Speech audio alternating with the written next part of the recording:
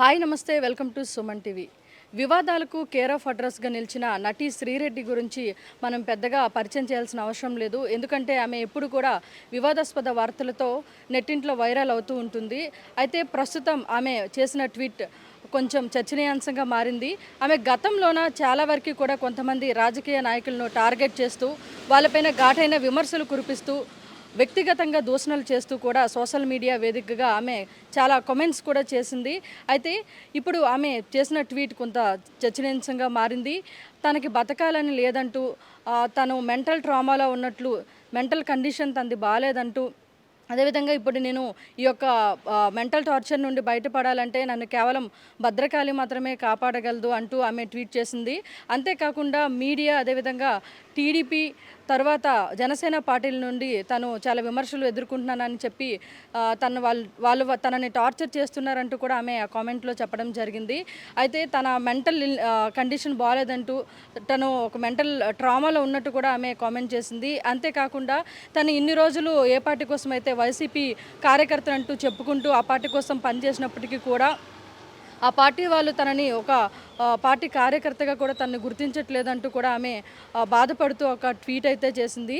అయితే ఈమె గతంలో ఏదైతే శ్రీరెడ్డి లీక్స్ అని చెప్తూ చాలా చర్చనీయాంశంగా నిలిచింది. తనని సినిమా అవకాశాలు ఇస్తామంటూ చాలామంది సినిమా వాళ్ళు తనని శారీరకంగా యూజ్ చేసుకొని తర్వాత తనని ఎటువంటి సినిమా అవకాశాలు ఇవ్వలేదంటూ అప్పట్లో చర్చనీయాంశంగా ఆమె చెప్పిన కామెంట్స్ అనేవి చర్చనీయాంశం మారాయి.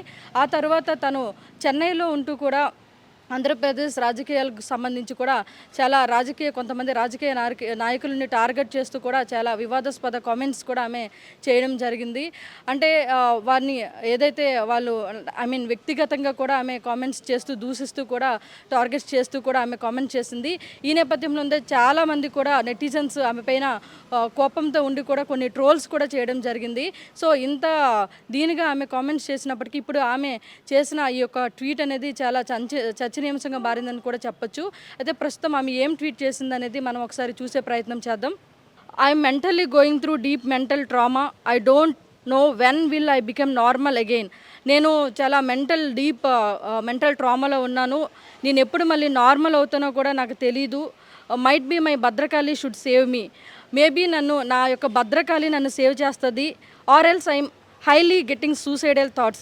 లేదంటే నేను ఇంకా ఎక్కువగా సూసైడల్ థాట్స్ అనేవి నాకు వస్తున్నాయి అని చెప్పి ఆమె ట్వీట్ చేసింది. అంతేకాకుండా media and TDP and Janasena taking big part. I can't take this torture.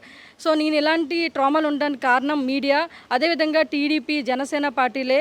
నేను ఈ టార్చర్ని భరించలేకపోతున్నాను అని చెప్పి ఆమె ట్వీట్ చేసింది. అంతేకాకుండా I don't know how many days I will live with this body అంటూ కూడా ఆమె కామెంట్ చేసింది. నేను ఎంతకాలం ఈ విధంగా ఉంటానో అని కూడా నాకు తెలియదు అని చెప్పి ఆమె కామెంట్ చేయడం జరిగింది.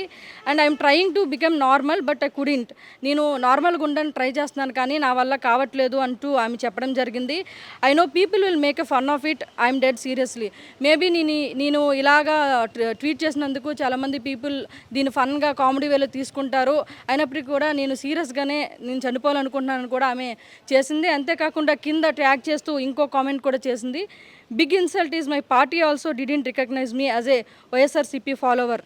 నాకు పెద్ద అవమానకరం ఏంటంటే నేను ఎవరినైతే నా పార్టీ అని చెప్పి నేను వారి కార్యకర్తనని చెప్పుకుంటున్నానో ఆ పార్టీ కూడా నన్ను సొంత కార్యకర్తగా గుర్తించట్లేదని చెప్పి ఆమె ఆవేదన చెందుతూ ఈ విధంగా కామెంట్ చేసింది. అయితే దీని పట్ల ఏమైతే ఈమె ఇలాంటి కామెంట్స్ చేసిందో, ట్వీట్ చేసిందో, దీనికి సంబంధించి కొంతమంది నెటిజన్స్ ఈమె ఇంతకుముందు చాలా వరకు కూడా కొంతమందిని కామెంట్ చేస్తూ చాలా దారుణమైన కామెంట్స్ చేసింది. ఈమెకి ఇలాగే జరగాలి, తగిన శాస్త్ర జరిగిందని కూడా కొంతమంది సోషల్ మీడియా వేడిగా చెప్తున్నారు.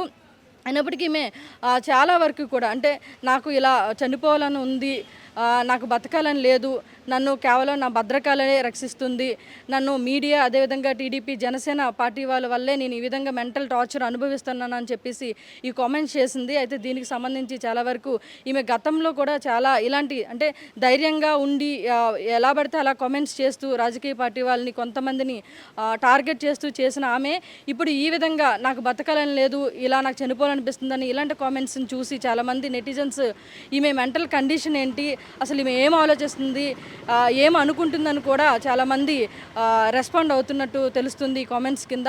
అంతేకాకుండా ఈమె చెన్నైలో ఉంటూ కూడా ఇక్కడ రాజకీయాల గురించి చర్చిస్తూ చాలామందిని అంటే ఇప్పుడు ఏదైతే వైసీపీ పార్టీ ఉందో తనని తనే కార్యకర్తగా తను చెప్పుకుంటూ ఆ పార్టీకి సంబంధించి కూడా ఆ వైసీపీ పార్టీ ఓడిపోవడానికి కారణం కూడా ఆ వైసీపీ పార్టీలో ఉన్న కార్యకర్తలు లేదంటే సరైన నాయకుల్ని అభ్యర్థులుగా పెట్టలేదు అంటూ అంటే మాజీ ముఖ్యమంత్రి జగన్మోహన్ రెడ్డిని ఆయనకి చెప్తున్నట్టుగా ఆమె కామెంట్ చేసి మీరు మాలాంటి పార్టీ కోసం పనిచేసే కార్యకర్తలను పెట్టుకుంటే ఖచ్చితంగా వైసీపీ పార్టీ గెలిచేది అని కూడా ఆమె వివాదాస్పద కామెంట్స్ అయితే ఇంతకు ముందు చేసింది.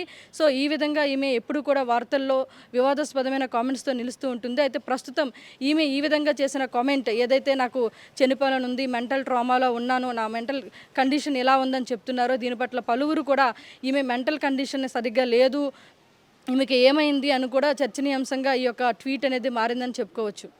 Keep watching Suman TV.